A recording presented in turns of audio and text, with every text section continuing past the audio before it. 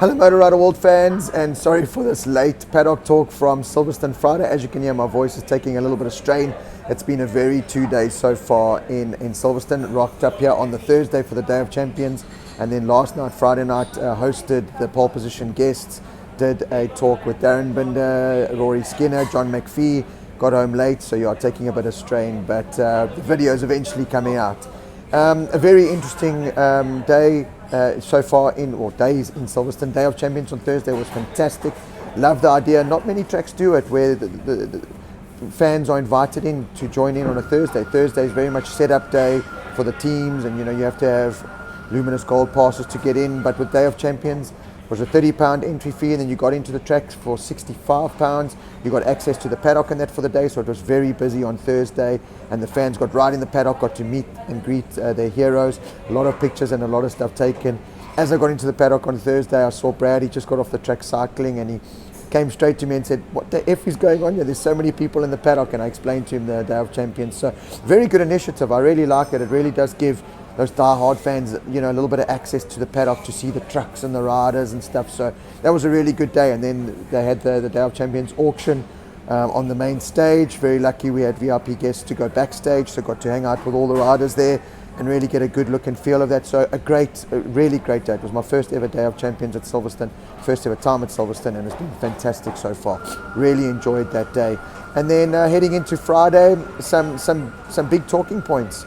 Starting with Ducati with, in my mind, those ridiculous Stegosaurus, Godzilla, whatever, fins or winglets or whatever you want to call them on the tailpiece. To me, that's getting a bit too much now. That just looks ridiculous. It looks like my 6-year-old got some Prit and some pieces of cardboard and just plucked them on and painted them red. I think Bastianini was running them, and Zarco or Martin, but it just looked ridiculous. At what point is this going to end?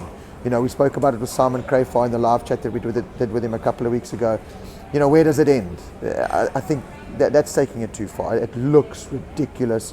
Whether it works or not, I don't know. It must, if Ducati are trying it, or maybe Ducati are just trying to play a mental game with everyone by putting it on as Aprilia did. But to me, it's ridiculous. I can't say I'm a big fan of that at all. And then another interesting tech note was Brad, getting into his box on Friday, checking out his bike, and running that really weird exhaust that we saw at a test a couple of months ago. They've obviously made it look a lot better, not like a little air horn from the other day, but from the other test. But that new exhaust system, which out on track has a completely different, not a completely different, but it's got more of a sweeter tone to it. And I asked Brad, so what does it actually do? Or what does an exhaust actually do? And he couldn't really answer me. He said he will find out, so hopefully I'll get more of an answer over the weekend. But certainly gave it a bit of a different engine note. Speaking to a couple of the guys, it helps with a bit of power delivery, engine braking, just allows more flow and different flow and direction. And it seemed to help because Brad looked pretty good in FP1. Straight away got up to a kind of a decent time, was managing it well. We know FP1's all about managing it, getting the cobwebs off from the 5-week break. And it was a good FP1. Unfortunately, FP2 it went horribly wrong. Brad went out on his number 1 bike, it sounded like a slip and clutch. Some kind of problem where the clutch pulled in, climbed on his number 2 bike. As he went out, it was the Darren Binder crash, the yellow flag, and there was another yellow flag, so he couldn't get into a rhythm. Then he felt there was a problem with his number 2 bike, came back into the pits. The team tried to fix the number 2 bike, and there were technical problems there, and unfortunately just couldn't get it in time, because obviously the number 1 bike was still problems with the clutch. Couldn't get the second bike right in time for Brad to go out and do a time attack. So that really hampered his Saturday, lost quite a bit of track time and valuable data and that. But, even when I'm enraged and, oh, no, I go see Brad and he just calms me down. I thought I was going to see this Brad that's going to be throwing his toys out the cot, but there he was, calm, collected. At least it happened on Friday. We sorted for Saturday. We got a game plan. So Brad, as always, never giving up, positive, looking really good. And it's got a twinkle in his eye for Sunday. I think watch out for Brad in that KTM. He's got a twinkle in his eye. I think he's going to do something there. Let's hope he can. Let's hope those gremlins are behind him and he can have a good Saturday and a good Sunday. As for Darren, also getting the cobwebs off after 5 weeks, another learning curve for Darren Silverstone. As he said in the one-on-one interview that I did with him on Friday night for the pole position guests, none of his Moto3 references work at any of these tracks, so he really comes to these tracks almost learning all over again on the MotoGP bike. But from the first 3-4 laps in FP1, I was watching the side of the track and Darren looked really comfortable.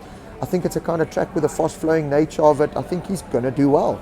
FP1 went okay, got faster, got comfortable. FP2 was ready for a time attack, put in a really good lap straight out the bat, and then unfortunately just pushing a little bit too hard, not enough heat in the hard tyre, and then crashing out, and that put ruin to his number 1 bike. Then he got back to the pit and climbed on his number 2 bike, and then the tyre strategy kind of went out the window because they lost a lot of time, and so it was really just a mixed up. The crash really did just throw a spanner in the works. But he says he's also feels like he's got something to offer this weekend. So let's see how 2 boys go. I think they're going to do really well. Let's hope for a good ride for Darren. On the ride front, the news still very much within the paddock is that Miguel Oliveira is the main rider in the RNF team, and that they are still chasing and wanting Raul Fernandez. But Darren is still being held on as an option, and this is kind of where it's getting a little bit tricky, because KTM are being very stubborn when it comes to Raul Fernandez and letting him out of his contract and letting them bind themselves out of the contract. This talk of potentially Raul Fernandez, KTM paying Raul Fernandez to literally sit on a couch next year is a real thing. It's not a joke. It's something that we could see happen.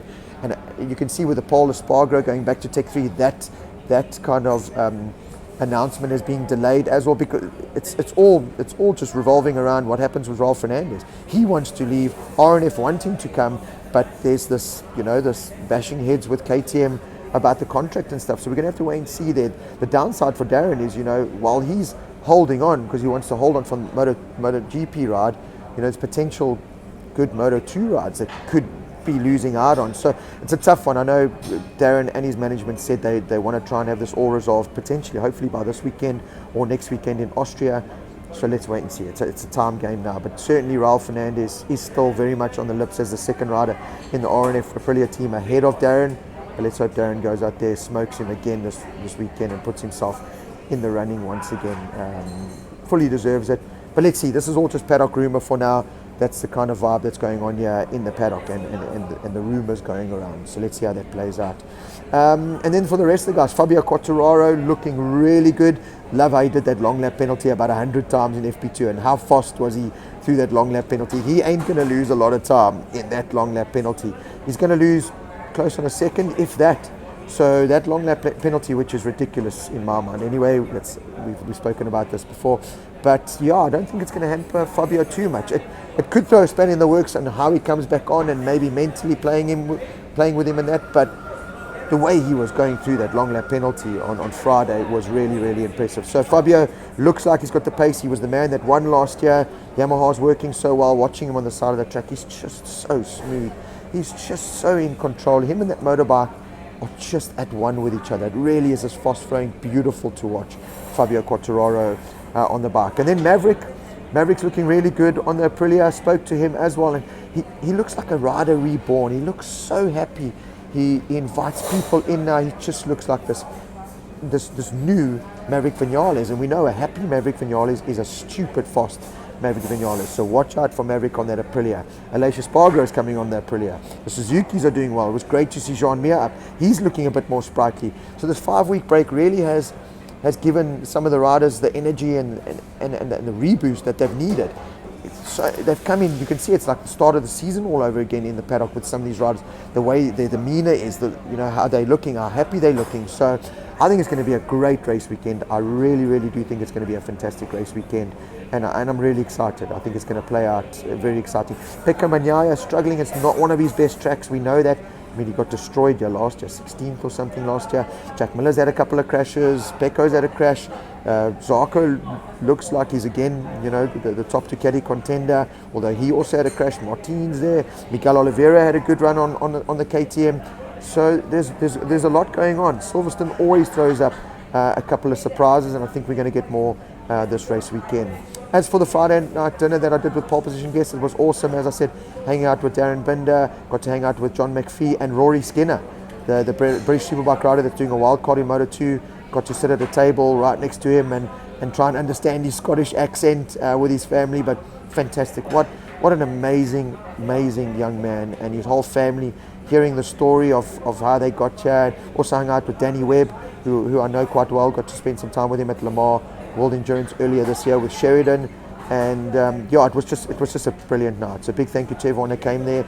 Managed to raise some money for Nova in an auction that we did on the Friday night. So yeah, a great time in Silverstone so far. Beautiful track, massive. It's a country in itself, Silverstone. Don't have the greatest viewing points, to be honest, compared to the likes of Mugello and Jerez. Service roads don't exist in that, so that was a little bit of a bummer. We had to walk the entire length of the track to really get a good scope. But other than that, what a fantastic place. The sun is shining here in the UK. MotoGP is shining on and off the track. The vibe is really great here in the paddock, and I think it's going to play out to be a great weekend. So that is Paddock Talk Roundup for Thursday and Friday. I'll catch up with you a little bit later. I don't have any commitments tonight, so it'll be a lot earlier, and we'll catch up for Saturday Paddock Talk here at Silverstone, the British Grand Prix.